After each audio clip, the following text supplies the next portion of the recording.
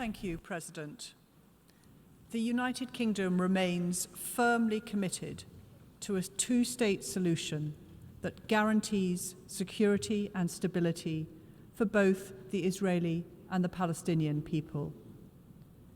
As we said in the Security Council last month, we're abstaining on this resolution because we believe that the first step towards achieving this goal is resolving the immediate crisis in Gaza. The fastest way to end the conflict is to secure a deal which gets the hostages out and allows for a pause in the fighting in Gaza. We must then work together to turn that pause into a sustainable, permanent ceasefire.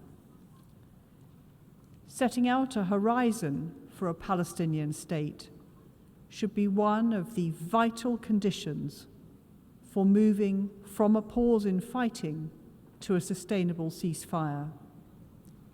Recognizing a Palestinian state, including at the UN, should be part of that process.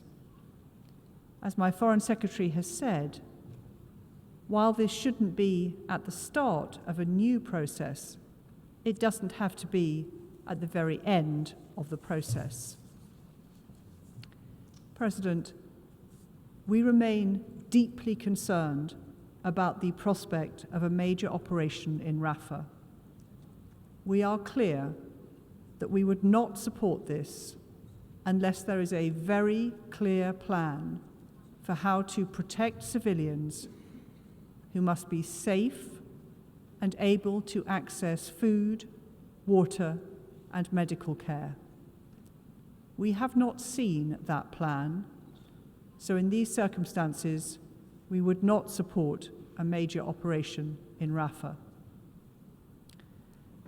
The UK is doing all it can to reach a long-term solution to this crisis. In addition to our support for a deal which would secure a pause in the fighting and the immediate release of all hostages, we are pushing as hard as we can to get aid to Palestinian civilians, working with partners to de-escalate the situation in the region, and building momentum towards a lasting peace. The UK has offered the Palestinian Authority our support as the new Palestinian government implements much-needed reforms. An effective Palestinian Authority is vital for lasting peace and progress towards a two-state solution. And just as the PA must act, so too must Israel. This means releasing frozen funds, halting settlement expansion, and holding to account those responsible for extremist settler violence. Last week, the UK announced a second package of sanctions targeting individuals and groups directly responsible for egregious violence against Palestinian civilians. The Israeli authorities must put a stop to this. President, in conclusion, we will continue to work urgently to bring the Gaza conflict to a sustainable end as quickly as possible, and to build a credible and irreversible pathway towards a two-state solution and lasting peace. I thank you.